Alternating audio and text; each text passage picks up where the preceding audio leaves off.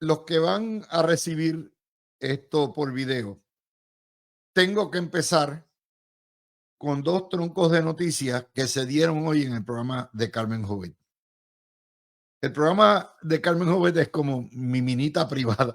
De ahí yo saco noticias por un tubo y siete llaves, porque Carmen, ustedes saben, yo siempre he dicho que es odontóloga. Ella le hace a usted una cirugía dental a los entrevistados y le saca las muelas sin dolor y se convierten en troncos de pepitas de oro de noticias. Así que voy a pedir que tengan paciencia porque o que prendan el radio o que nos sintonicen también por notiuno.com, cuestión de que oigan lo que es la noticia de portada. Se trata de dos propuestas, muy buenas las dos. De hecho, hay dos propuestas de José Luis Dalmau, presidente del Senado, y una propuesta de Willy Villafañe, candidato a comisionado residente.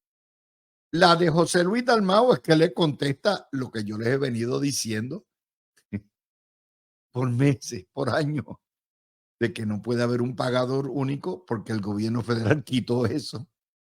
Y ese es el requisito para poder dar el 50 y pico por ciento de los fondos con los que se alimenta la tarjeta de salud del gobierno. Y además diciendo de dónde tela si la araña no teje. Si hace 30 años nos costaba el plan de salud lo que era una cuarta parte o una quinta parte de nuestro presupuesto, ahora imagínese usted cómo va. Así que eso es la primera. Hay otra propuesta de Dalmau que me parece que hay que verla con buenos ojos también, que trata de una propuesta para traer incentivos a Puerto Rico, que no sea la 936 de nuevo, pero que amerita una discusión para ver si de forma bipartita se puede lograr un consenso para ver si el Congreso puja o no puja. Las propuestas son buenas. Miren, estamos en la época de la sanganería. Estamos apenas empezando una campaña electoral para noviembre y concluyendo una de primaria. Y se oye cuánta tontería y cuánta bobería hay. Vamos a empezar con José Luis Dalmau. José Luis Dalmau ya está jugando para lo que es su legado como político de muchos años. Él sabe que no va a ser presidente del Senado. Por lo tanto, está jugando ya de una forma más civil, una forma no politiquera, y, y está proponiendo, lo que propone es cierto, yo se los he venido diciendo, pero no es lo mismo que se los diga Dávila Colón, que se los diga el presidente del Senado. Eso es lo primero. Segundo, o sea, que esta cuestión del plan de salud es una paja mental soberana de toda esa basura que nos venden los comunistas en Puerto Rico. Ellos van a ofrecer Villas y Castilla a todo lo que da una tarjeta de salud gratis para todo el mundo. El derecho de la salud. Si es un derecho, no lo pueden cobrar, ¿verdad? Por lo tanto, de ahí es, y de dónde tela si la araña no teje, no teje. Pero como la prensa no pregunta, porque es independentista, los independentistas andan con placas de patentes de corso a todo lo que da, para arriba y para abajo, pues. Ahí está. Nadie pregunta, oiga, ¿cómo te va a costar eso? ¿Cuánto cuesta eso? En términos generales, 10,000 millones, 20,000 millones anuales. ¿De dónde? ¿De dónde la República de Puerto Rico va a sacar si los fondos federales dinero? Pero nadie hace eso. Así que José Luis Dalmau le para el caballo también a Zaragoza. Fíjense que Jesús Manuel, que tiene menos experiencia que Zaragoza, en eso no se mandó. ¿Por qué? Porque Juan Zaragoza, que sabe que está al frente, está politiqueando. Él sabe que lo del pagador único, que la nacionalización del sistema de salud, que todo eso, la socialización de la policía, digo, de la policía de la salud, no es posible. Esto es un país quebrado, pero estamos ahí. La idea de los incentivos industriales que se radica en un proyecto, hay que trabajarle y vamos a trabajar ahorita porque ciertamente hay que reescribir y reformar los incentivos industriales. Y hay que hacerlo tanto aquí como allá. Lo que pasa es que tienen que ser de forma bipartita, porque si es la idea del Webich de traer de nuevo las 936, este es. No way. Ahora, si es de forma bipartita, yo creo que hay que darle una oportunidad antes de rechazar. Y Willy Villafañe debe llamar allá, debe llamar el gobernador. José Luis, ¿qué tú propones? Dime a ver, se estudia, Sidre entra en el juego, asesora, Prafa entra, y si es aceptable, pues vamos todos juntos en el mismo bote.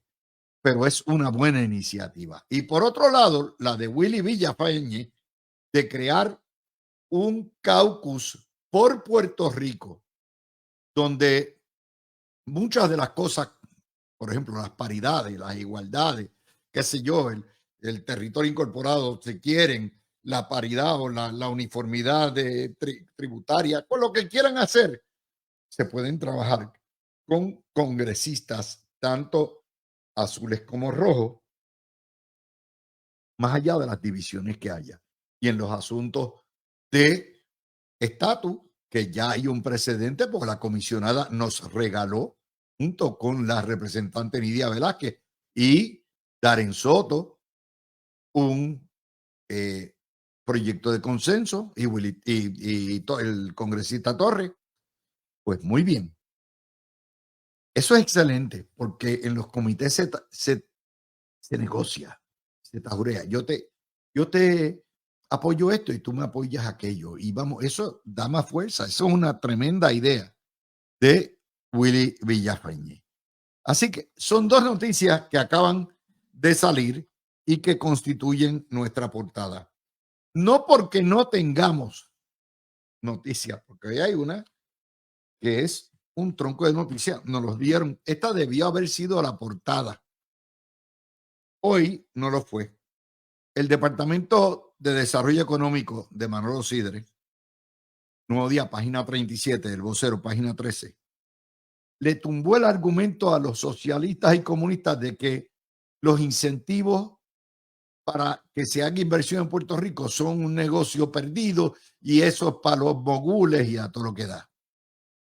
Y el estudio es un estudio de lo que se llama Return on Investment, o el retorno de inversión. O sea, se le da un decreto contributivo a la empresa, se le bajan o se le eliminan las contribuciones por un tiempo, la empresa invierte, construye, crea un negocio, crea empleos, crea actividad económica y a final de cuentas se hace un balance de lo que pudo haber aportado en contribuciones y lo que dejó. Eso es lo que se llama retorno de inversión. Bueno, pues ahí está, con números concretos, la manufactura, una fábrica, deja. Salimos ganando. La exportación de servicios de la ley 60, deja. Salimos ganando. Las inversiones bajo ley 22, que generalmente son desarrollo de vivienda, deja. Es decir, sacamos más de lo que dejamos de devengar. Y, por otro lado, hay incentivos que no necesariamente dejan un retorno de inversión. Por ejemplo, lo que yo les he dicho siempre, de nuevo, no es lo mismo que se los diga Dávila Colón a que los estudios lo comprueben. Toda esa cuestión de incentivos para el cine, todo eso es una porquería. 100 millones de pesos, votado, votado. Vienen, filman 2 semanas y se fueron y adiós. Los incentivos de la agricultura, ¿por qué? Porque la agricultura no deja, pero es subsidiada. Y si queremos tener algún grado de autonomía alimentaria y queremos que se consuma en el país y se cultive en el país, no podemos ver en términos de lo que es el rédito, lo que me cuesta y lo que saco, porque vas a sacar siempre menos de lo que te costó, porque es subsidiar la agricultura. Lo mismo con los médicos. Nos dice el DEC que el incentivo para médicos es pernicioso, es oneroso y costoso. ¿Por qué? Porque esto no se puede medir. Un médico, cuando le dan el incentivo de pagar de 96% de exención, no se puede medir por el número de empleados que cree la planta física que construya, porque el médico es el activo. La presencia del médico dando servicios en Puerto Rico es el activo. Los médicos no se les da exención contributiva para que creen empleos. Siempre van a crear los asistentes, los contables que se encargan de facturar, ¿verdad? La enfermera, los asistentes, todo eso. Pero no se puede medir en términos de lo que dejó de devengar Hacienda. De hecho, el médico en Puerto Rico en promedio gana 270,000. Yo lo sé. Mi neuróloga, mi internista, mi cardiólogo tienen que estar diciendo, ¿what? ¿Quién gana esa cantidad en Puerto Rico? Amarili tiene que estar a todo lo que da. Bueno, vamos a decir, en los estados se ganan el doble y el triple, pero vamos para ahí. Ok. Vamos a ver qué deja de devengar. Después de las deducciones, si se gana 270,000, va a pagar más o menos en contribuciones 30, 40,000 pesos. Ok. Vale la pena. Pierde el Estado porque ese médico no pagó 30, 40,000 pesos. Sí, es 30, 40,000 pesos que no entran a Hacienda. Pero por otro lado, tenemos médicos, habemos MD. Y el tener un médico garantiza la vida de todos nosotros y la salud de todos nosotros.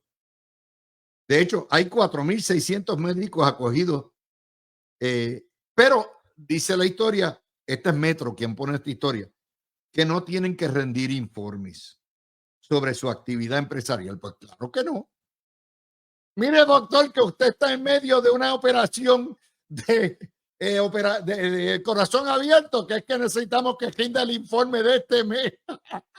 Si es Iván González Cancel, los manda para el carijo a la soltar. Pero nuevamente, ¿por qué? Porque que no es necesario, porque el costo-beneficio no se mide en los empleos ni en lo que dejó de pagarle Hacienda, sino en la presencia del médico como un bien y un servicio esencial que tenemos que garantizar. Así que en este contexto, yo felicito al DEC por traerles esto. Y usted dice, ¿a mí qué me importa? Pues claro que le importa. Primero, hay un consenso. Si usted se ha fijado en lo que ha dicho Pierluisi, Jennifer González, Jesús Manuel, Zaragoza, Juan Dalmau, hay un consenso de que esta ley de incentivos que antes eran industriales nada más, no, incentivos económicos, hay que reformularla para garantizar que de verdad haya un retorno de inversión. Es decir, que lo que demos por un decreto de exención contributiva nos rinda más beneficios de lo que nos cuesta. Y hay que reevaluar todo eso y hay un montón de esos incentivos. El de la agricultura, aunque no nos deja más dinero, es importante porque de hecho solamente el 15% de lo que nosotros comemos en la mesa en Puerto Rico es de productos hechos en Puerto Rico. No hechos, sembrados en Puerto Rico, cultivados en Puerto Rico. 15%. Debiéramos estar en 30%. Pero eso requiere una inversión del Estado porque muchas veces no es rentable. El costo del agua, el costo de la mano de obra, el costo de la electricidad, el costo del alimento si usted tiene una vaquería. Y todo eso requiere los subsidios. Ah, que no queremos sembrar. Ok, eso es otro cuarto de hora. Pero esta noticia les llega a ustedes y es buena. Una que no es tan buena es que el Centro de la Nueva Economía, una de las instituciones de estudios económicos que fondea George Soros, está advirtiendo, este es el vocero, página 3, que la transición a 100% de fuentes de energía renovable será costosa, compleja y conllevará grandes sacrificios por parte de la ciudadanía. Lo que nos están diciendo es, tienen que aceptar pagar más. Hay 15,000 millones de dólares federales reservados para la reconstrucción de la red, que nos va a tomar 10 años. En lo que Colón baja el dedo, porque en lo que FEMA suelta y aprueban y la permisología ya ustedes van. No es posible, dice el CNE, alcanzar la meta de tener para el año que viene 40% de fuentes de energía renovable si lo que tenemos es 5% hoy. Claro, no vamos a llegar a eso, pero sí dice que podemos llegar al 100% o casi 100% dentro de 25 años. Nos dice, se requiere celeridad, eficiencia y ejecución. Es decir, la permisología, empiecen a liquidarla. Hay que explicar y justificar los aumentos tarifarios necesarios para, uno, reconstruir, estabilizar el sistema, transicionar, es decir, pagar el gas natural y pagar la deuda de los bonistas y la deuda de los jubilados, que también es parte de lo que está ahí.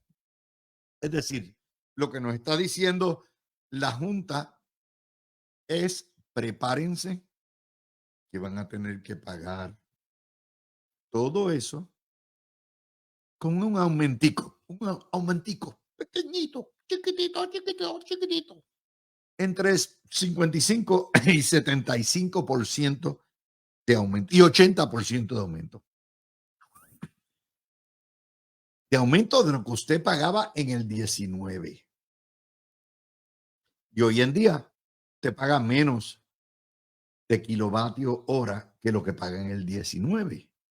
Pero cuando la Junta termine la melcocha que está haciendo con los bonistas y la juez Swain lo acepte, pregúntenle a John Mott, no a mí, yo no soy el perito. Lo que nos viene es una catimba de recargos, sin contar el ajuste de petróleo, que nos va a llevar a la estratosfera. Y si usted cree que comprando placas solares se va a evitar esos recarguitos, mire lo que están haciendo, nos están limpiando, nos están imponiendo un impuesto al sol, que es, no, tú no te puedes zafar. Sí, es verdad, te va a salir más barato, pero ¿sabe qué? La recarga me la tiene que pagar. Eso va a venir. Y lo que nos está diciendo el Centro de la Nueva Economía, que no es ni Pedro Pierluisi, ni Jennifer González, ni Zaragoza, ni Juan Dalmau, es prepárense que se la van a espetar heavy y la van a pagar. Ok. Eso es lo que cuesta la quiebra. Y esa es la que hay. No hay tutía con eso. ¿Vieron cómo vamos empatando? Pero les voy a dar una buena noticia para que no se vayan tristes. Nos dice Noticel que el municipio de San Juan acaba de tirar a subasta los proyectos de la rehabilitación del natatorio, que el huracán se los llevó en volanda, ustedes se acuerdan, y de la Plaza del Condado, que es, que yo recuerde, aparte de los aguacates de la Plaza del Mercado de Santurce, es la única otra obra que hizo Sila Calderón, el parque frente a la iglesia Stanamari, que está ya deteriorado. Imagínense, desde la época de, eso era cuando Sila era moza, imagínese usted, hace 20 años, y hay que meterle mano, y el alcalde Romero le metió mano. ¿Cuánto nos va a costar? La historia nos dice cuánto es el total de la inversión. Asumo que habrá una partida, pero que todo dependerá, una vez se adjudique la buena pro de la subasta, sabremos cuánto costó, pero este tipo Romero, él no habla, él hace. Ya está, aquí está. A reconstruir el natatorio, aquí está. A reconstruir el parque, aquí está. La subasta hecha, que pase el próximo y que no sea Laura Bozzo. Con eso, mi gente, espero tener un cuadro, ¿verdad?, de las noticias. Tenemos un montón más. O sea, tenemos noticias hoy. Recuerden, este programa empezamos calentando motores, pero en realidad se pone caliente tan pronto entran nuestros paneles, y ese periodo entre las 6:45 a las 7 es calientísimo. Así que no nos deje, no me dejen solo. Nos fuimos, nos vamos para Caco, digo, de Noti1.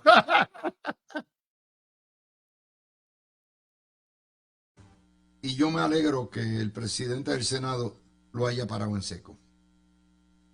Esto se trata de el asesino convicto a sentencia de más de 100 años,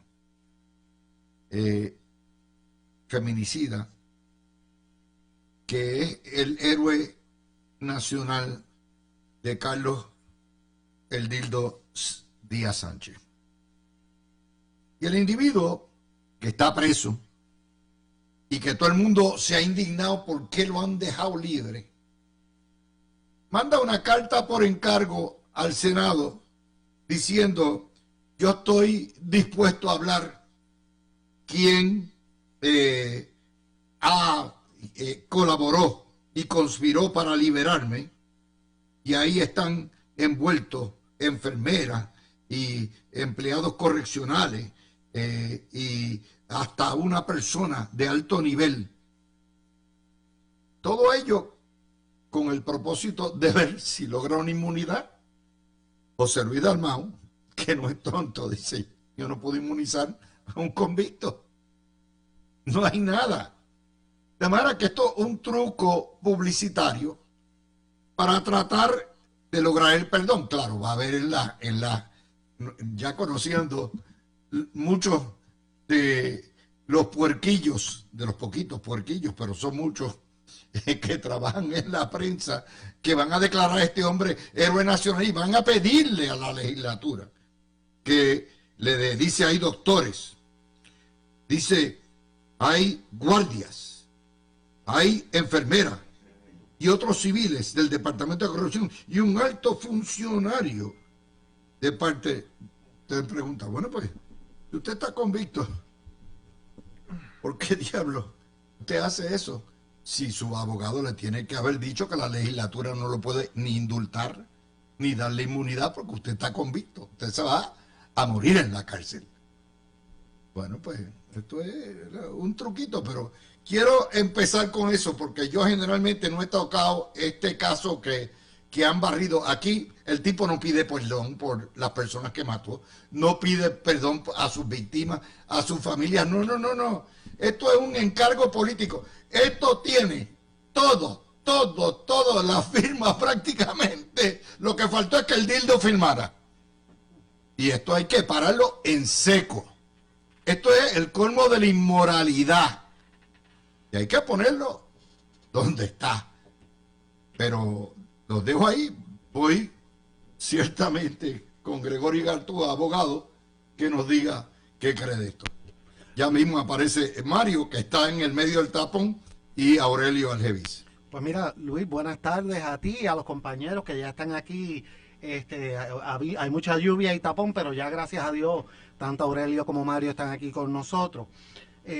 Mira, yo creo que la política tiene que tener algún límite, y yo sé que pues muchas veces se trata de buscar ventaja de donde surja, pero cierto, tiene que haber... Déjame dar crédito, la historia la conseguí hoy, Jay Fonseca lo sacó a las 6 de la tarde, ¿ok?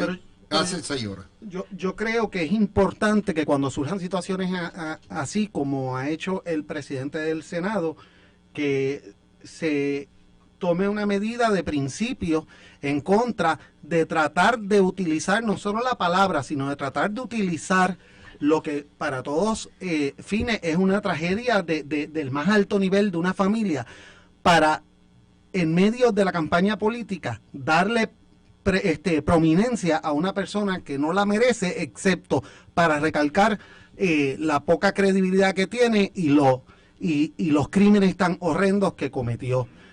Así que lo felicito. Yo creo y hago el llamado de que en la política, como todos sabemos, siempre van a surgir situaciones donde uno se encuentra con la determinación entre hacer lo correcto o hacer lo incorrecto y beneficiarse independientemente los límites. Pues ya sabemos que hay gente que no tiene escrúpulos. Tú has mencionado alguno de ellos. Hay otras personas que, gracias a Dios, no coincidimos en todas las cosas, pero sí tienen escrúpulos y sí tienen decencia y no están dispuestos a prestarse para eso. Por eso, pero fíjate tú que cada reo que esté convicto por un asesinato o cada bichote de drogas que esté convicto le escriba a la legislatura: oigan, si me sacan de aquí y me dan, ¿verdad?, inmunidad y me liberan, pues yo choteo quién me ayudó y qué guardia. O sea, esto sería un precedente nefasto. Pero como anda politiqueando todavía Carlos Díaz con esto, pues hay que darle a ver si revive el tema. Esa es la que hay. Mira, a ver, tengo ya por ahí a Mario o a Aurelio, que están todavía en el tapón. Estamos los dos aquí, Luis, saludos. Adelante, Aurelio. Pues saludos, Luis, Gregorio, a Mario, a todo el público que nos sintoniza por aquí en Noti1 630. Está lloviendo nuevamente acá en el área metropolitana. Así y va a llover muchos días. Así que suavecito en la carretera. Mira, Luis, sobre este caso, primeramente yo quiero mencionar que estoy de acuerdo con lo que menciona Gregorio, ¿no? Creo que me parece que esto es un stunt político que están tratando de hacer con este caso, y es sumamente lamentable porque esto es un caso muy serio. Estamos hablando de que aquí alguien falló, ciertamente. Hubo alguna falla administrativa, hubo alguna falla en el proceso de evaluación de este paciente, de este reo, en cuanto a sus condiciones médicas y demás, pero más allá de buscar dónde hubo la falla para corregirla, están buscando a quién quemar en la hoguera, porque precisamente estamos a 10 días de una primaria donde todos los políticos que están aspirando, sobre todo de la oposición, quieren quemar en hoguera a la administración de Pedro Pierluisi y quieren ellos generar titulares para que sus nombres suenen y que la gente se acuerde de ellos el día que vayan a la caseta de votación. Así que me parece en extremo bochornoso y lamentable que se esté politiqueando con este caso. Entonces, específicamente sobre la carta, que, ¿verdad?, todavía no sabemos si en efecto la carta es real o no, pero se está hablando de una carta que aparentemente esta persona escribió, donde él, de nuevo, aparentemente indica que está dispuesto a chotear a doctores, a empleados, a policía, a jefes de... O sea, tanta gente implicada en el caso de un reo y de un convicto. ¿En serio alguien en Puerto Rico puede creer que hay tanta gente involucrada para sacar a una persona de la cárcel? O sea, uno también, ¿verdad?, tiene que hacer un poco de análisis y aterrizar y ver cuando las cosas se están simplemente sacando totalmente de proporción. Y estamos hablando de una persona que tiene una cadena perpetua, que va a decir lo que sea. Y evidentemente hizo lo que sea. Y que se ha cargado muchos. ¿Ok? Sí. Se ha cargado mucho. Mario, esto me parece que el presidente del Senado ha dicho lo correcto, está en lo correcto. Si este señor reo quiere hablar, pues que hable y que involucre y que produzca la evidencia. Ya sí, si tiene la evidencia, pues que la produzca. Pero a mí lo que me preocupa también es, Luis, que un asesino que está en la libre comunidad y que por unos errores administrativos y también de índole, de interpretación de índole judicial, una persona como esa sea capaz, su figura o sus palabras o lo que sea, o su impacto, o sea, pueda decidir o influir en unas primarias. Si eso sucediera, entonces sí que somos pobres de verdad. Por eso. Y yo lo que creo es que, ¿verdad?, han habido unos errores en el Departamento de Corrección. Eso no sí, puede pasar en cualquier agencia de gobierno, pero lo que sí es que este señor, ¿cómo se llama él? Carlos Díaz, ha tenido un eco extraordinario en la prensa sobre este asunto, que a veces uno se queda, porque la campaña de él no necesita dinero para la campaña de él se la ha hecho la prensa. En los medios. O sea, pero déjame decirte, esto no va a tener ningún efecto, ni en la primaria de la gobernación, ni comisaría, ni va a tener ni en las alcaldías efecto alguno. Esto lo único que va a tener efecto es que puede que Carlos Díaz, el dildo, se cuele y se meta a contaminar los poquitos que queden del Partido Popular. Eso sí, Carlos Díaz es un problema para el Partido Popular, vamos a entenderlo. No sé si tú lo ves así, Gregorio.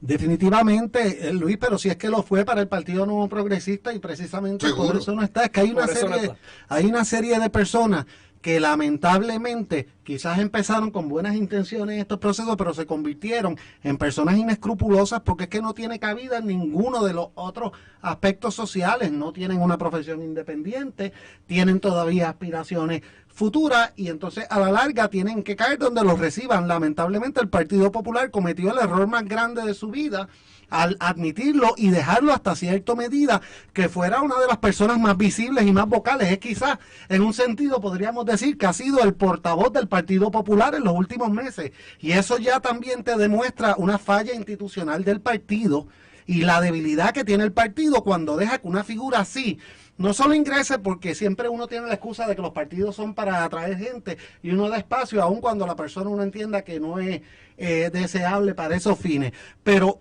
eso es una cosa, y otra cosa muy distinta es uno dejarlo prácticamente ser portavoz. Y yo, por el contrario, no va a tener no va a tener impacto alguno en la campaña del Partido Nuevo Progresista. Ahora, yo creo que sí es demostrativo de la situación del Partido Popular y que a la larga lo que hace es afectar ese partido, lo cual ya miembros de ese partido, que son amistades mías, me lo han mencionado en varias ocasiones y lo han reseñado porque les molesta que en eso se haya convertido ese partido.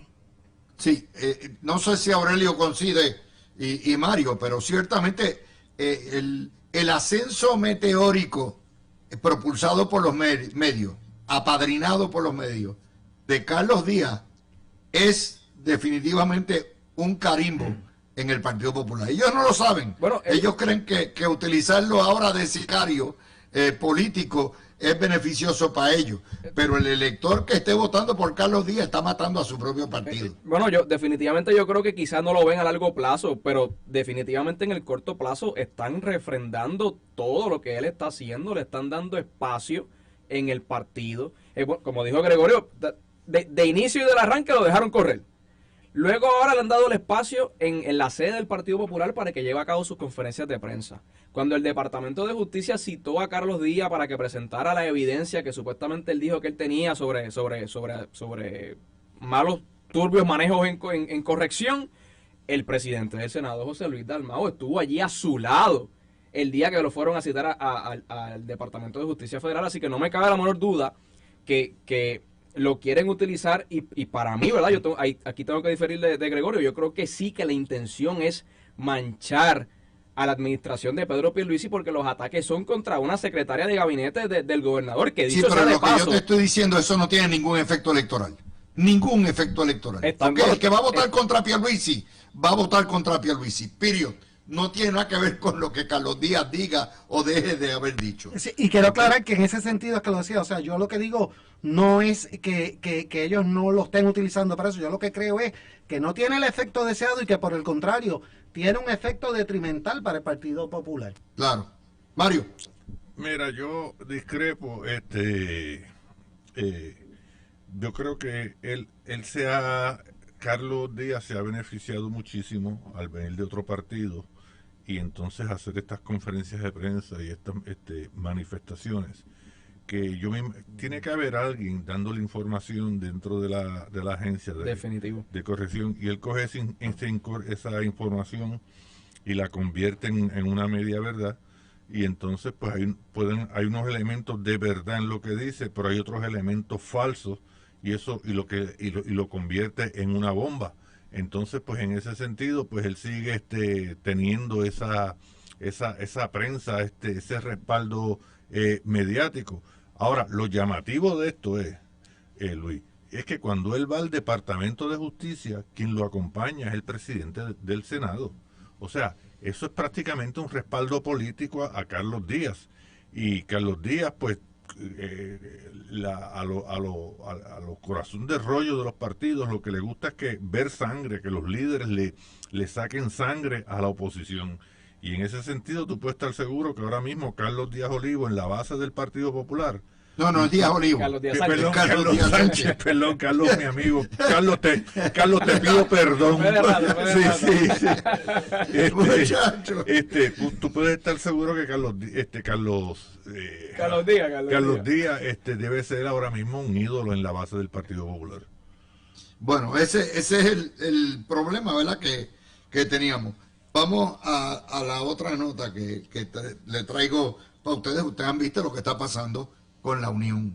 O sea, la SPT es un nido de corrupción. Hoy resulta ser que está apadrinado por obviamente, el dictador del SPT, que es Manuel Natal. Esto es parte de la corrupción que hay. Hay un candidato que ha sido el que ha acosado y el que ha hecho barbaridades, el Joel Rosario Vázquez, que es candidato también del Partido Comunista en el precinto 2.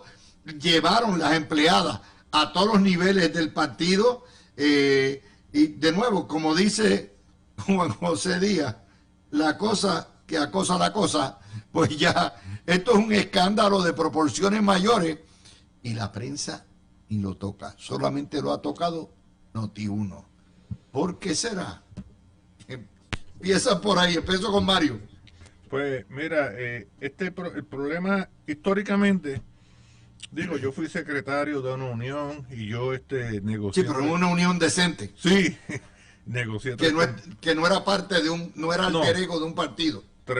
negocié 3 convenios colectivos, pero el problema de muchas uniones es cuando no hay una tranquilla en la constitución de las uniones de las aspiraciones a reelección de los líderes principales. Entonces también se da el fenómeno de lo que se llama el nepotismo, que es un fenómeno que se está dando ahora en ¿cómo se llama esta unión? La SPU. La SPT. La SPT, y ahí está el presidente envuelto en eso. Eso salió hace 2 o 3 días.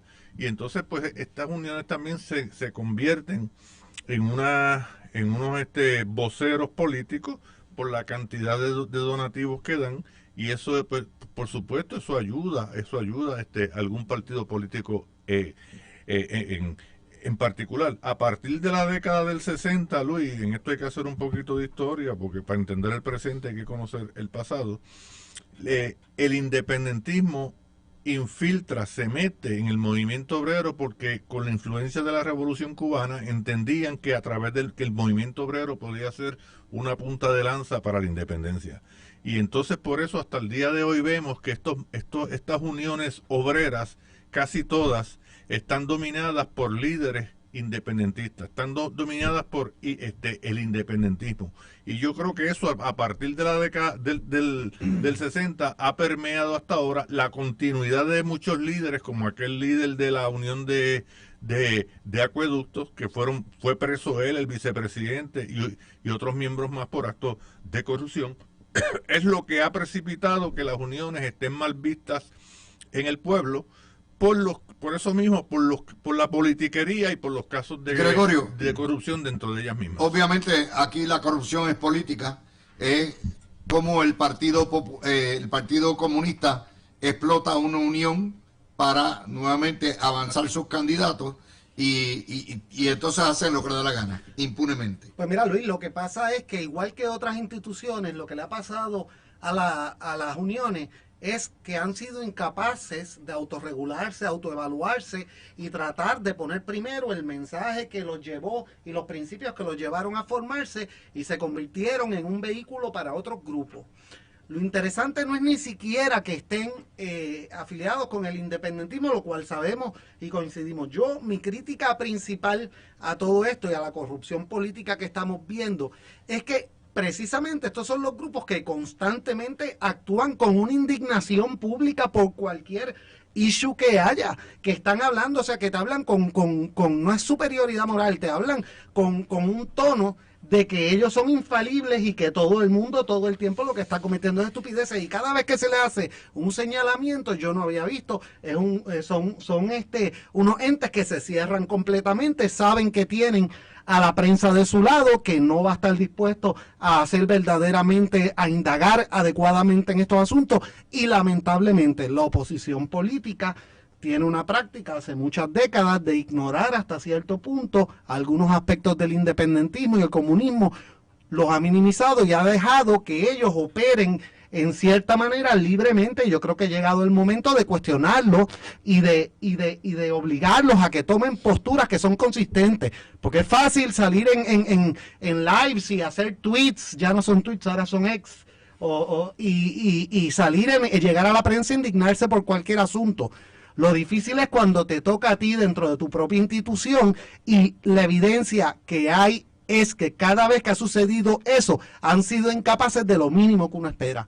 De lo mínimo, tanto que critican a los partidos, por lo menos los partidos, siempre ha habido cierta disensión de los partidos sobre cómo se debe tratar ciertos asuntos. Siempre han surgido personas que han levantado la voz, aunque no fueran la voz mayoritaria. Aurelio, empiezo contigo ahora a las 6 de la tarde y vamos a hablar un poquitito del estudio del DEC y los dos estudios que salen hoy del Centro de la Nueva Economía sobre los incentivos y sobre lo que vamos a tener que pagar y a prepararnos para pagar por la electricidad. Así que Mario y Aurelio, escuchen esta, porque esta no se las pude poner en el paquete de noticias porque acaba de salir ahora, pero es fácil. Este programa se caracteriza por darles a ustedes alrededor de entre 12 y 15 noticias todos los días, que generalmente son ignoradas por los medios, y yo oigo todas las radios todo el día, y que los voy seleccionando para ponerlas y discutirlas porque ameritan. Aquí hay una que obviamente sale en la tarde, pero que tampoco nadie la va a discutir en Puerto Rico. Esto sale en Axios y tiene que ver con la calidad y la inestabilidad de la democracia que vivimos en estos tiempos. Es una encuesta de Bloomberg y Morning Consult que acaba de salir.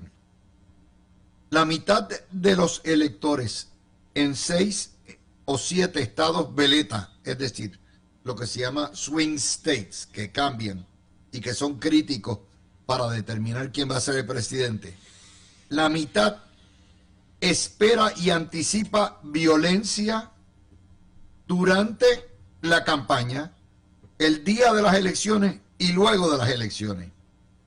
El 55% de los electores independientes en esos estados, el 48% de los republicanos y el 47% de los demócratas esperan violencia. Hay un consenso porque obviamente el grupo de Trump, MAGA, no van a reconocer una derrota de Trump. Y como único reconocen la legitimidad de la elección es si gana Trump. Miren estos datos. Marjorie Taylor Greene, la legisladora extremista de Georgia, ha dicho que el FBI quiere asesinar a Trump y un montón de gente en MAGA, millones, se creen que eso es cierto. El año pasado, más de 450 jueces federales fueron amenazados y eso es un aumento de 150% desde el 2019. Y la mayoría de las amenazas son por casos políticos. La policía capitolina investigó en el año 23 8,000 amenazas de muerte contra legisladores y congresistas. Esto, en realidad, les digo esto porque en Puerto Rico hay un ardid, hay una narrativa de la prensa de que no se puede confiar en el sistema electoral y de que se van a robar las elecciones. Y lo que la prensa está promoviendo es la violencia. Y en esto se los estoy diciendo, hay consecuencias a publicar y a propagar propaganda y teorías conspiracionales. Y esta es una de ellas.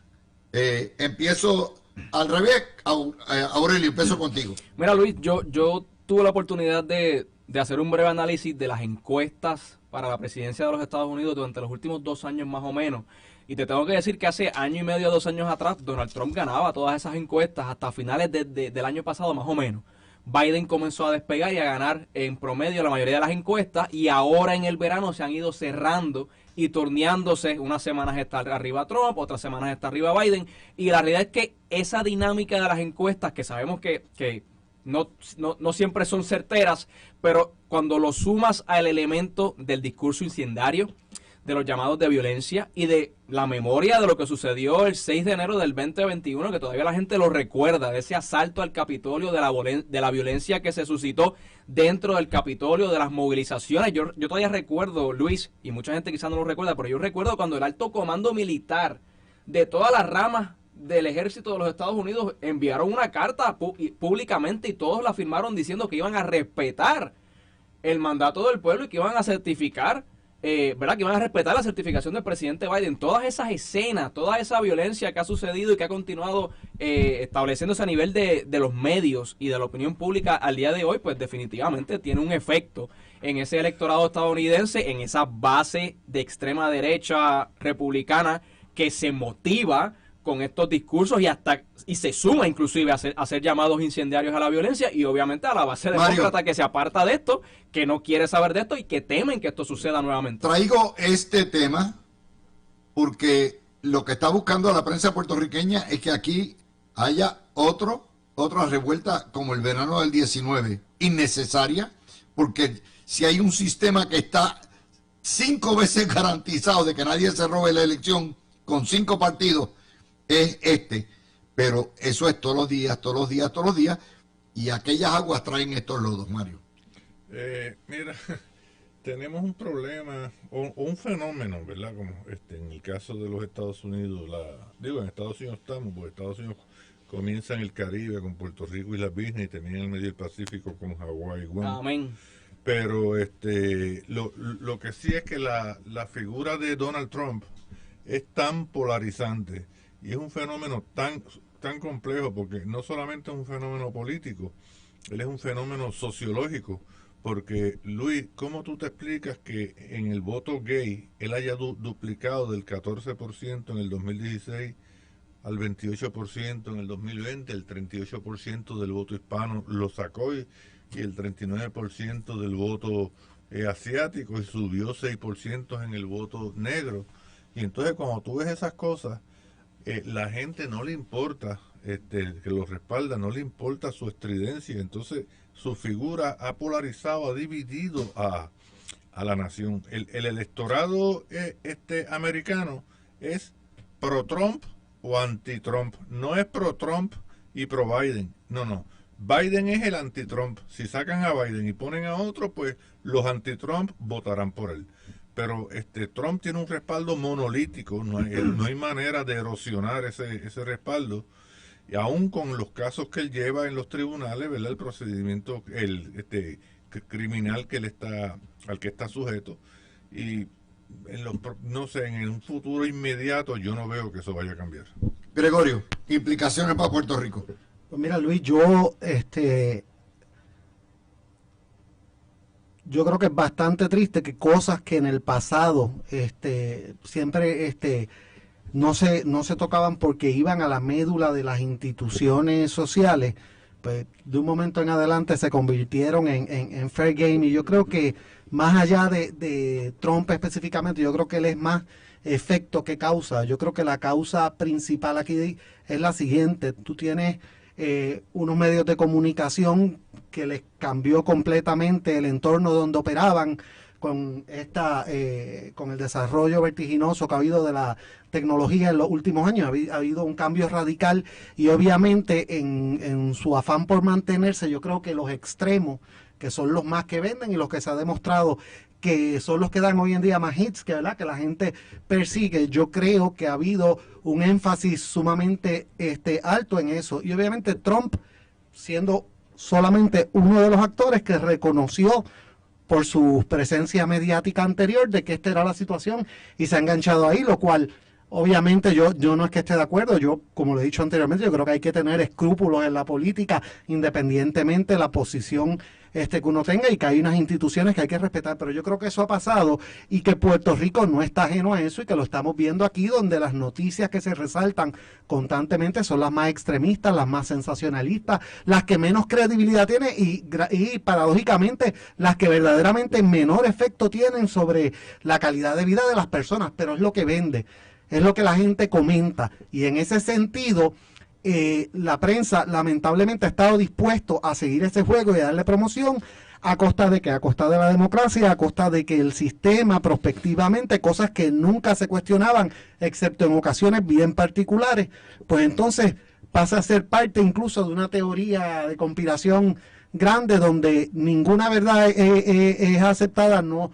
todo es cuestionable. Y en ese proceso no es cuestionable con evidencia o con unas alternativas menores, sino que es cuestionable meramente porque vende y porque yo conseguí algún tipo de información que se ajuste a lo que yo creía. No, imagínate que la gente, que los PNP se hubieran ido a las armas en el 2004, cuando el Supremo coronó a Aníbal Acevedo Ávila y validó los pibazos. Imagínate que en el año 2012 los PNP se hubieran ido a las armas porque Agapito ganó por 1%. O sea, en el juego democrático hay que llevar dos bolsas, la de ganar y la de perder.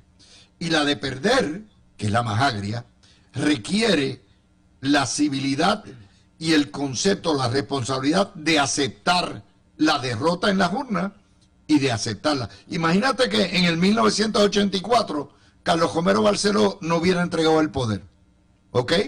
Luego, todas estas cosas pasan. Digo, en el 84 no, perdóname, en el 80 con Valencia. Todas estas cosas pasan.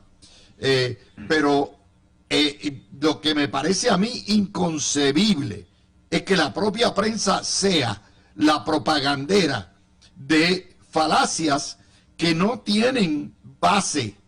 Que se puede mejorar el sistema electoral, sí. Que hay defectos, sí. Pero nos están llevando, porque ese es el discurso de Manuel Natal y del Partido Comunista, para que la gente no crea en la democracia.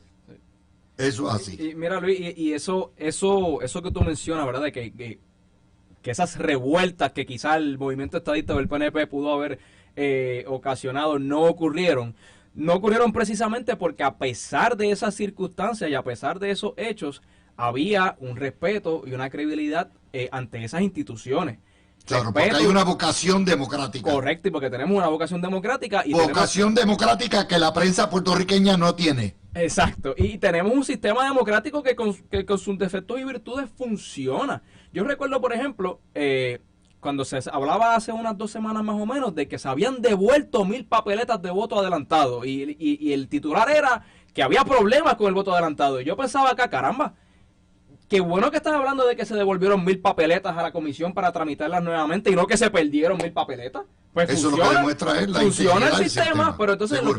quieren resaltarlo de manera negativa para desprestigiarlo. Y evidentemente estamos en sintonía, Luis. Quieren desprestigiar el sistema porque saben que van a perder. Los estudios del DEC que acaban con la falacia de que los incentivos contributivos, dicho sea de paso, todas las naciones del mundo tienen incentivos contributivos para que vengan a inversionistas, ¿ok? Su mayoría tienen un retorno de inversión positivo, que hay ciertas cosas que hay que aclarar y arreglar, hay otras que el retorno de inversión no puede ser meramente medido en dólares y centavos.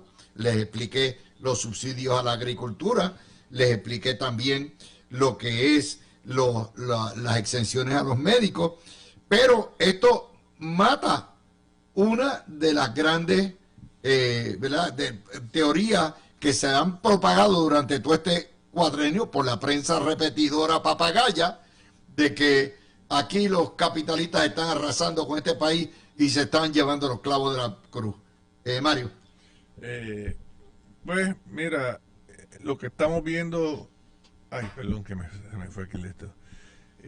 Luis, perdóname, que se me fue se me El deck. No, tranquilo, pues yo empiezo con Gregorio y entonces tú empatas. No te apures. Ok, Gregorio. Se ha virado aquí un café, perdóname. Está bien. Tranquilo. Bueno, Ok. pues mira, Luis, yo te voy a decir algo. Yo creo que es que aquí hay un problema cuando se discuten los asuntos de incentivos, porque cualquier programa de incentivos, dependiendo de cómo esté diseñado, redactado, calibrado y fiscalizado, puede ser efectivo. Claro, tiene que responder a unos intereses legítimos. El problema aquí nunca han sido que existan programas de incentivos. El problema histórico de Puerto Rico para mí es de dos formas. Número uno, que es la posición del Partido Popular, que han confundido los programas de incentivos, los han querido presentar como si fueran un modelo de desarrollo económico, lo cual es absurdo. O sea, no hay una política contributiva que de por sí pueda ser un modelo de desarrollo económico y mucho menos una política de incentivos que es tan limitada y que va a unos sectores Bueno, bien es que el particulares. incentivo mayor ya está integrado en la colonia, que es el paraíso fiscal. Exacto, pero el Y segundo... eso no ha funcionado. No, Salvarnos de la quiebra. no, exacto.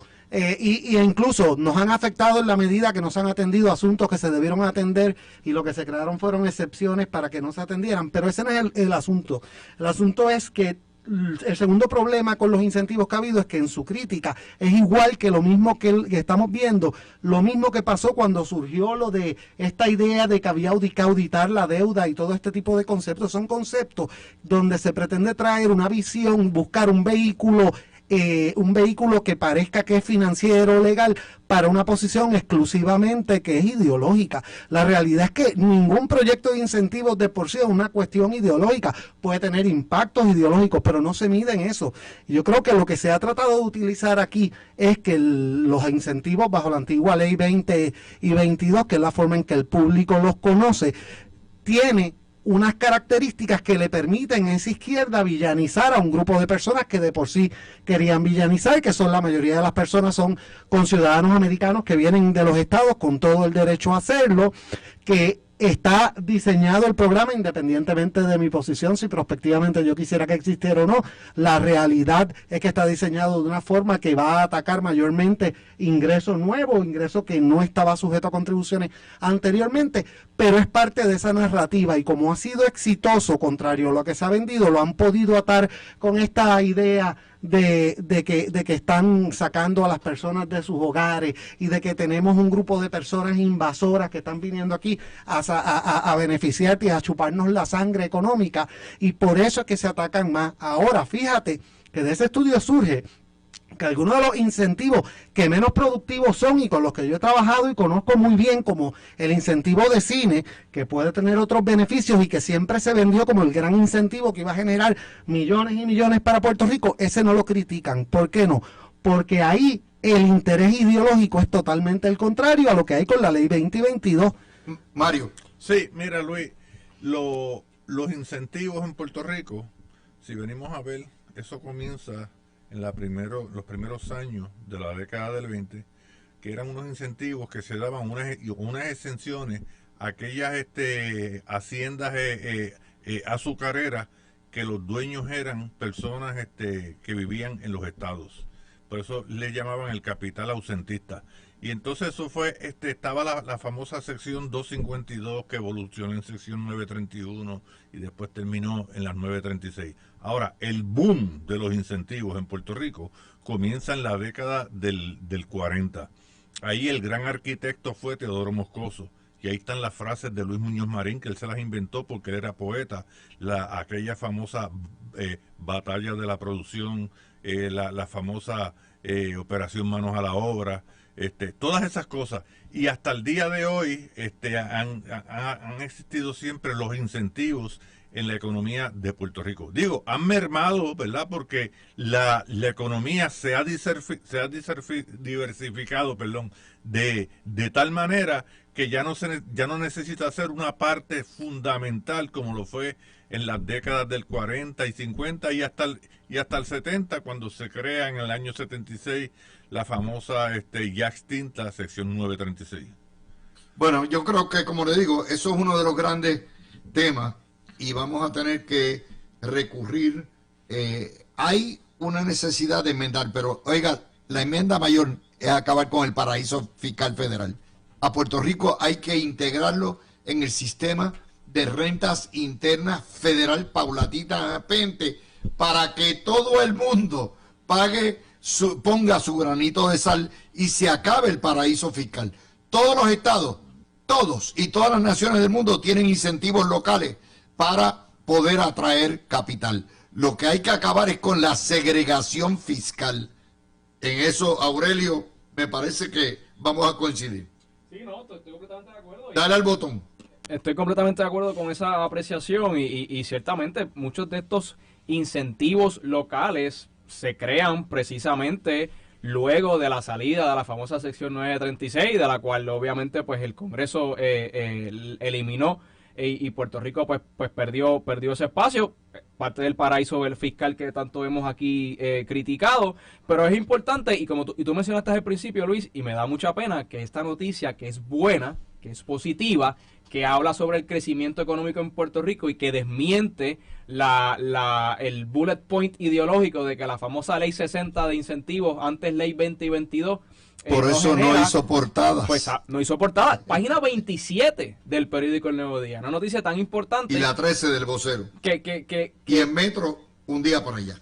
Que trae y pone en primicia cómo estos incentivos locales aprobados de la ley 60 están generando fruto no solamente en las arcas del gobierno, sino que están creando empleos y de hecho, estos famosos decretos ley 60, antigua ley 2022, que tanto por ahí vociferan de que es que son los gringos que vienen de afuera a quedarse con estas exenciones contributivas, ¿saben qué? El 55% de los decretos aprobados bajo esta ley son para empresas puertorriqueñas.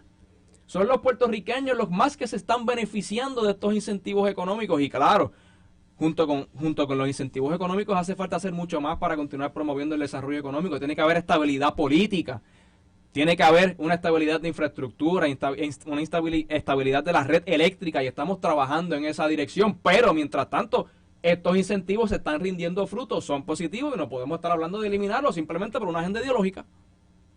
Definitivamente tenemos mucho de qué hablar. Cuando vengamos, vamos a hablar de dos noticias.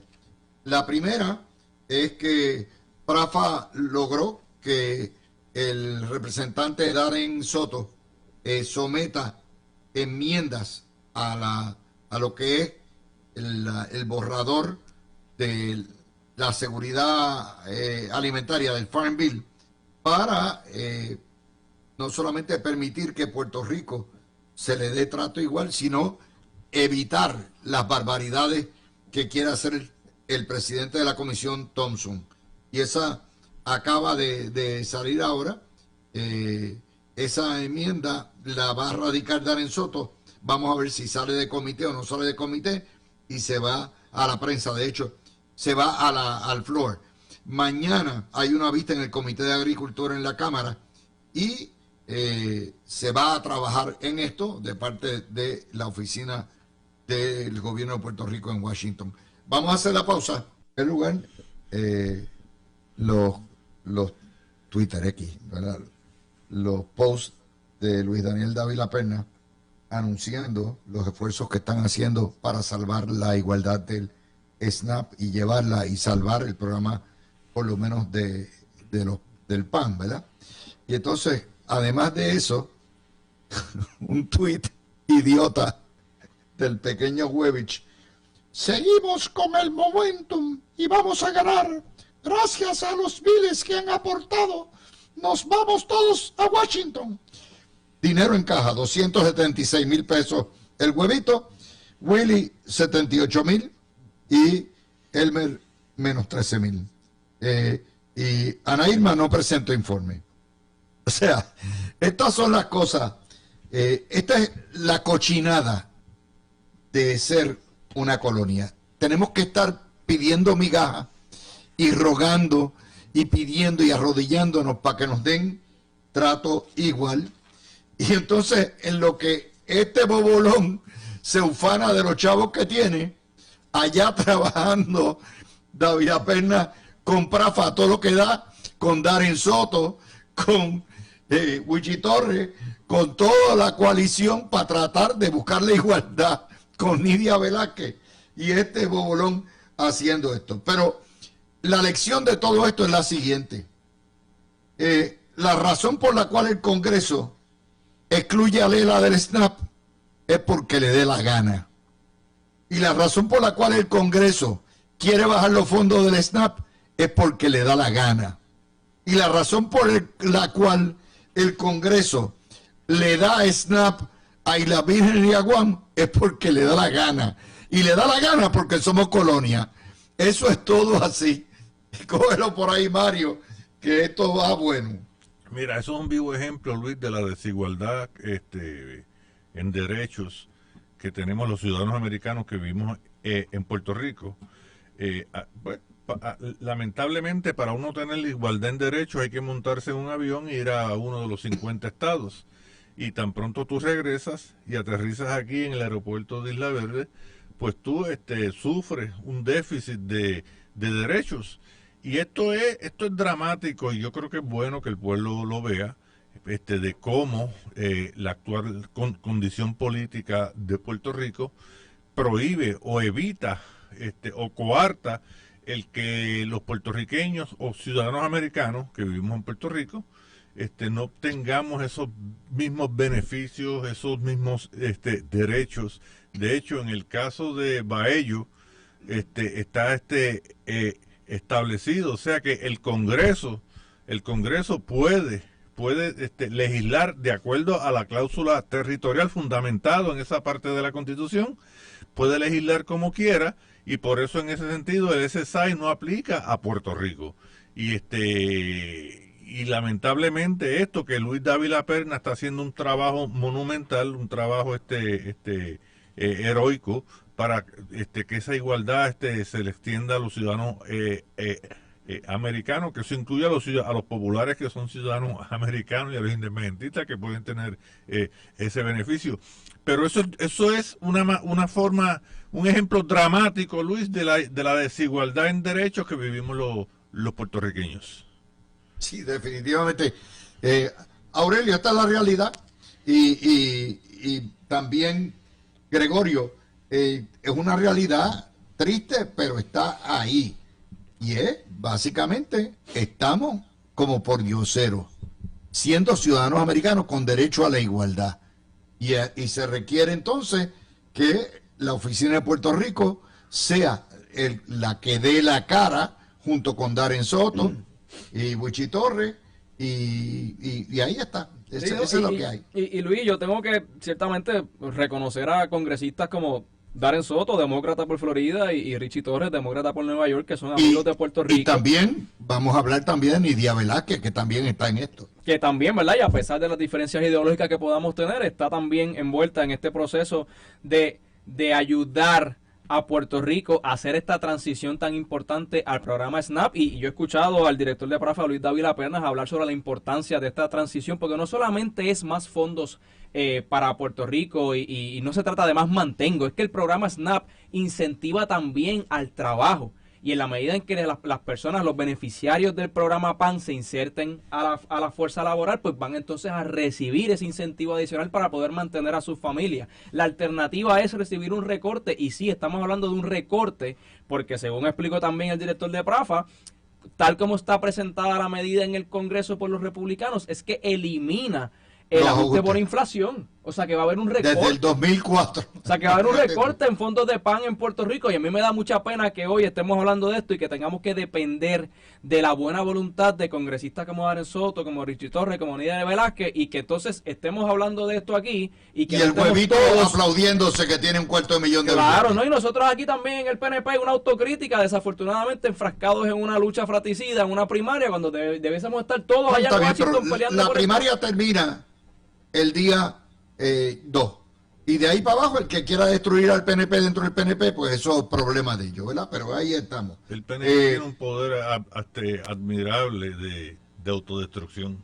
Sí, por eso, nunca subestimen eso. Voy a lo otro, y en eso les tengo que traer otro de los asuntos, ¿verdad? Porque creo que es importante tenerlo.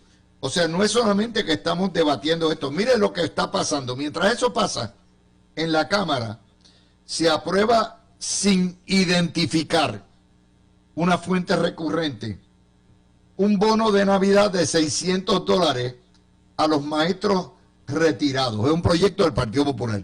Esto es los proyectos de los 3 Reyes Magos, ¿verdad? No consultaron con la Junta.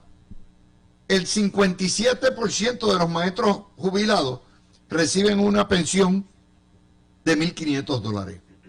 Y hay, oigan bien, 28,000 maestros en funciones y 44,000 maestros jubilados.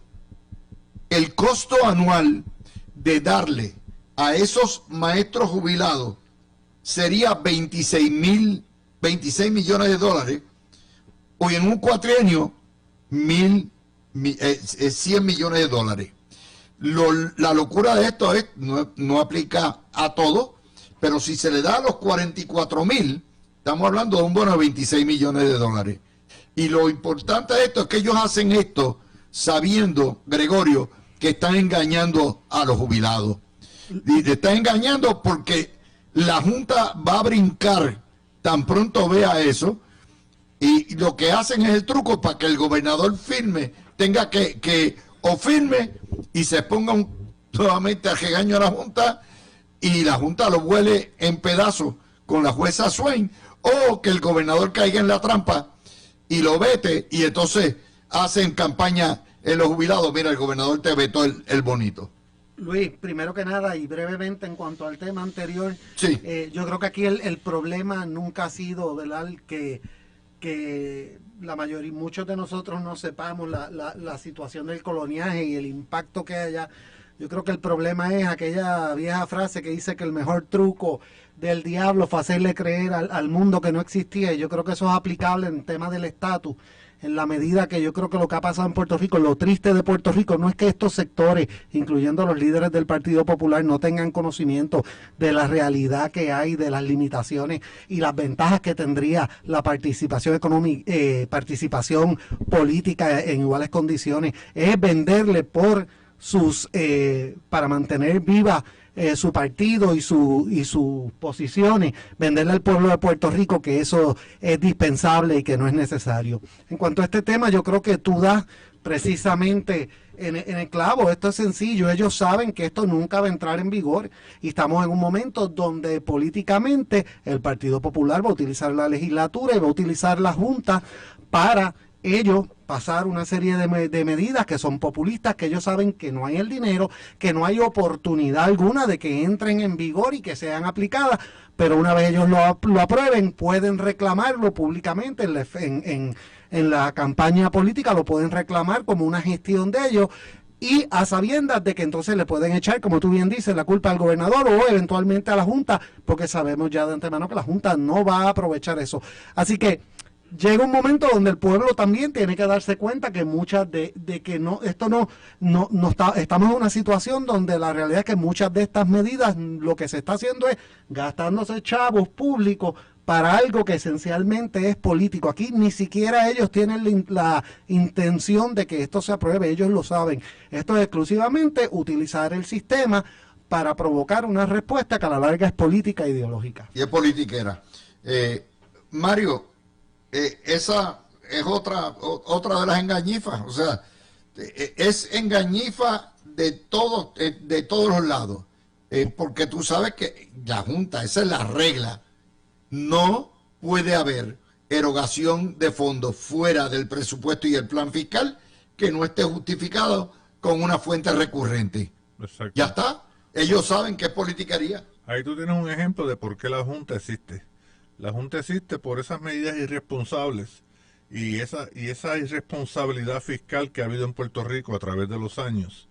Fue lo que llevó a esa deuda astronómica de sobre 70 billones y la imposición de una Junta de Supervisión Fiscal que es la forma más dramática de demostrar que Puerto Rico es una colonia. y yo te lo digo, Luis, si la Junta terminara sus funciones el año que sea, el año que viene, el año, luego, no sé, de No. aquí a 3 o 4 años. Del 28 al 30. Mira, La Junta Luis, va a estar ponle no que- menos de 14 o 15 años en Puerto Ponle que Rico. esté hasta el 30.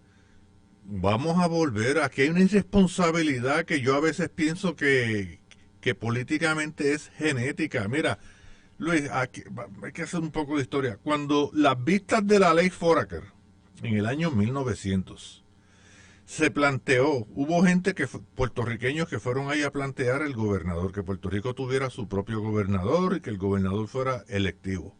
Los mismos congresistas le dijeron a los puertorriqueños que fueron ahí, en las mismas vistas, que Puerto Rico no estaba preparado para autogobernarse. Y pusieron varios ejemplos. Algunos de esos ejemplos están vigentes hoy día. O sea, del punto de vista fiscal, Luis, Puerto Rico no está preparado para autogobernarse.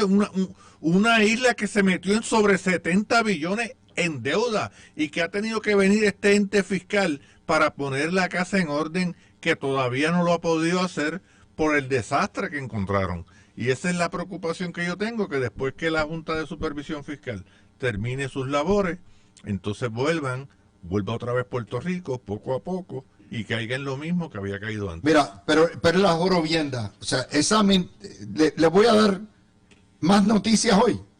Lo que es la mentalidad del gobierno que lo puede todo, lo tiene que hacer todo, nos tiene que limpiar el fondillo. El vocero, portada, reclamo del colegio médico para que el gobierno eduque para enfrentar el calor. Urge educar ante ola de calor. No hay orientación. O sea, cuando te da el vaporizo, el gobierno te tiene que decir qué hacer. ¿Ok? Este es el colegio médico. Obviamente una campaña educativa contra el calor, que es innecesaria, porque el que más o el que menos en Puerto Rico sabe comprar un abanico, sabe echarse fresco, sabe cómo se va para Plaza de las Américas a coger aire. O sea, pero un chinchorro a tomarse una cerveza. esta es la mentalidad. La segunda, Centro de Periodismo Investigativo. El gobierno ignora el valor del trabajo doméstico sin paga. En el 23, Pedro Pierluisi vetó un proyecto para estudiar cuántas amas de casa y cuidadores hay y que no reciben remuneración y cómo remunerarlo. O sea, pero si tú te quedas en tu casa... Quien no lo es la locura. es el machismo que hay en Puerto Rico, Luis, no es el gobierno. Aurelio. Mira, Luis, yo hace varios años atrás recuerdo haber conversado con un legislador que ya no está en el Capitolio, por cierto. Y yo recuerdo que él me decía que si en la legislatura se presentaba un proyecto para celebrar un segundo Día de las Madres en agosto, ellos le votaban a favor. Porque ¿quién podía ponerse al día de celebrar un segundo Día de las Madres? Pero es que ese es el problema cuando se presentan proyectos y se hacen y se toman medidas simplemente pensando en ideas populistas, en cómo agradar a la gente, en cómo ganar más adeptos, en cómo ganar votos. No vamos a salir de la encerrona en la cual nos metimos hace 6 años atrás con esto de la Junta de Supervisión Fiscal. En el caso específico de este proyecto del bono de Navidad, de nuevo, es lo mismo. ¿Quién se puede oponer a la aprobación de un bono de Navidad? El problema es que es responsable, es posible en estos momentos de crisis fiscal ese tipo de medida. Evidentemente no lo es, y ellos a sabiendas radican un proyecto, lo pasan por vistas públicas, le radican un informe positivo, lo aprueban en el pleno para que el gobernador, como bien menciona Luis, el gobernador lo vete y que sea el gobernador que quede mal, porque sabiendo que igual la Junta lo va a vetar. Entonces, pues, como dijo Mario ahorita, gracias a Dios que hay una Junta que puede vetar ese tipo de medidas populistas e irresponsables fiscalmente hablando. Pero cuando la Junta se vaya, vamos a seguir en esa misma irresponsabilidad. Vamos a caer en el mismo hueco más rápido que ligero. O sea, fíjate a dónde hemos llegado la mentalidad comunista de nuestra prensa. Si tú eres una ama de casa, el gobierno te tiene que pagar. O alguien te tiene que pagar. Si tú eres un cuidador, tu esposa o tu esposo le dio Alzheimer y tienes que cuidarlo, el gobierno te tiene que pagar, porque si no, ignoras el valor del trabajo. Si tienes calor y tienes vaporizo, el gobierno tiene que educarte. Esa es la mentalidad salvaje. Entonces nos preguntamos por qué nos hemos convertido en una sociedad dependientes si estamos adoctrinados a esto, mi gente? De hecho, Luis, ay, perdón, Gregorio. Sí, no, dale, porque Sí. a Gregorio le voy a plantear un nuevo tema. Ok, Luis, es que también esta gente, pues, dicen las cosas sin saber. Hace unos años, el Tribunal Supremo de Puerto Rico decidió un caso que no me acuerdo del nombre del caso, pero los hechos del caso era que una empleada doméstica no era miembro del núcleo familiar, era simplemente que ellos la habían contratado y llevaba años trabajando allí en esa casa. Pues un día le dicen que no vuelva más y ella cogió y pidió, planteó en el Departamento del Trabajo que era un despido injustificado basado sin justa causa, amparándose en la ley 80, y el caso llega al Tribunal Supremo y el Tribunal Supremo le da la razón a la señora. O sea, que si venimos a ver por qué el gobierno tiene que pagarle cuando ya las empleadas domésticas con los hogares donde ellas trabajan es una relación obrero-patronal. Y entonces esta gente lo que quiere es que el gobierno se meta en esa relación obrero-patronal refrendada por este caso del Tribunal Supremo de Puerto Rico. Y además eso sería fomentar el mantengo, o sea, el gobierno estar subvencionando cosas, actividad económica privada que no tiene que estar haciéndolo, porque una empleada doméstica está creando un dinero, una economía, un ingreso económico privado. Pero miren lo que, ¿verdad? La moronización de nuestros medios. Portada del vocero. Reclamo para que el gobierno eduque para enfrentar el calor. ¿What? Oiga, desde que llegó a Guaybaná aquí, esto es un país tropical caluroso. Desde los taínos sabían cómo combatir el calor. Y tú me quieres decir que hay que gastar dinero para decirle a la gente, compren un abaniquito, compren un aire acondicionado, hello. Pero les traigo, Gregorio, otro tema. La prensa de Puerto Rico no es otra cosa que el papagayo, son los fotutos del izquierdismo. Hoy en el Nuevo Día hay una historia, y lo resalta Torres Gotay, que es el líder espiritual de los Ferrer Ángel. Una alegación de la coalición Puerto Rico no se vende. Ya automáticamente, primero, tal coalición no existe. Eso es un embuste. Pero encima Puerto Rico no se vende. Y el segundo embuste, Puerto Rico no se está vendiendo.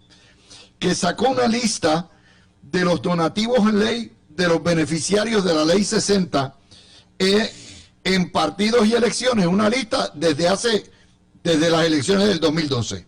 Entonces alegan que esos donativos, que son legales, que es un derecho de cada elector de dar donativos a sus candidatos y partidos, es la compra de influencia de los donativos. Alegan que es un pay for play y alegan que eso desplaza al puertorriqueño. Entonces citan un tal Julio López Barona, director del Centro para la Democracia Popular. ¿Ok? Entonces ponen, Pedro Pierluisi recibió 430,000 pesos, Miguel Romero 151,000, Carlitos López 96,000, Jennifer González 84,000. Claro, no ponen ni para los guardias lo que ha recibido el Webich. Pero esto es el tipo de propagandera que publica el periódico El Nuevo Día y que resalta su líder espiritual editorial, y es la criminalización de lo que es un derecho constitucional democrático, el donarle dentro de los límites de ley a quien te dé la gana. Gregorio. Luis, yo creo que en el último censo, quizás estoy confundido, pero yo creo que hay 7 u 8 entidades por cada independentista que hay en Puerto Rico. No, hay por lo menos 87. Y es la estrategia que han utilizado históricamente, es una de las que han utilizado, como hemos mencionado en el programa, en Washington para... Pero son efectivos porque la prensa no los cuestiona, y la prensa sirve de fotuto. Fíjate, Luis, y en cuanto a... Estamos claros, o sea, tienen el espacio libre para hacer eso. Y número 2, yo creo que esta medida no solo va dirigida a hacer un análisis retroactivo. Obviamente va de cara a las elecciones para tratar de villanizar y de que estas personas lo piensen 2 veces antes de hacer cualquier contribución política, socolor de que de que van a salir en la prensa, de que van a tener la crítica pública y son personas usualmente de negocios que ni siquiera quieren estar envueltos en ese tipo de Voy con situaciones. Aurelio y después con Mario. Esto es básicamente, Aurelio, la repetición de lo que hablábamos ahorita, la propagación de la violencia. ¿Por qué? Porque lo que está diciendo Torres Gotay, repitiendo a ese grupo de propaganderos comunistas, es que Puerto Rico se está vendiendo, que la democracia está a la venta, que las elecciones no valen nada y que por lo tanto el resultado electoral es producto de la compra y venta de votos. Eso es lo que están vendiendo. Sí, y nuevamente, y es parte de esa agenda ideológica antiamericana, el querer resaltar el que estos receptores y de los decretos de la ley 22 también están entrando en una especie de pay for play a favor de estos decretos, y que por eso es que el gobernante de turno y los del PNP no quieren derogar la ley 2022 porque se están vendiendo al mejor postor, porque esto es un pitcher y catcher, y es parte de esa agenda ideológica a la cual nos tienen acostumbrados la izquierda radical en Puerto Rico, que quieren obtener por la fuerza lo que no pueden obtener con votos, y eso está más que demostrado, y lo están haciendo desprestigiando la imagen del gobierno, la imagen de los líderes políticos libre y democráticamente electos, y desprestigiando el sistema democrático Mario, completo. Eso es lo que estamos hablando ahorita cuando empezamos el programa, de la concepción que hay en Estados Unidos, la percepción de que va a haber violencia porque la gente no cree en el sistema electoral. Exacto, eso se está planteando, pero en cuanto a lo que estábamos hablando ahora, el problema es cómo tú coges una ley y tú le añades unos elementos interpretativos, porque son interpretativos de cosas que pueden suceder o de cosas o de los efectos que pueda tener esa ley. Porque esa ley, el fin principal de esa ley era para crear una actividad económica y que también añadirle ingreso al fisco. Pero entonces te ponen te hacen un análisis completamente y un juicio completamente ideológico que entonces trastoca la esencia de esa ley, y gente que es la inmensa mayoría del pueblo que no se ha leído esa ley, pues entonces duda y entran en resquemores basados en lo que escuchan. Y entonces las personas que entrevistan son personas que ideológicamente son antagónicas a la intención legislativa referente a ese estatuto, y por eso es que entonces vemos que es una prensa, sectores de la prensa, perdón, que en vez de difundir lo que hacen es oscurecer la información veraz que el pueblo debería leer o escuchar. Es una barbaridad. Bueno, qué buen programa. Dios mío, metimos 16 noticias hoy, todas analizadas, trituradas, digeridas. Gracias, definitivamente. Ustedes son unos generales. Gregorio, a Aurelio y a Mario, gracias por estar con nosotros. La semana que viene va a ser caliente, ¿no?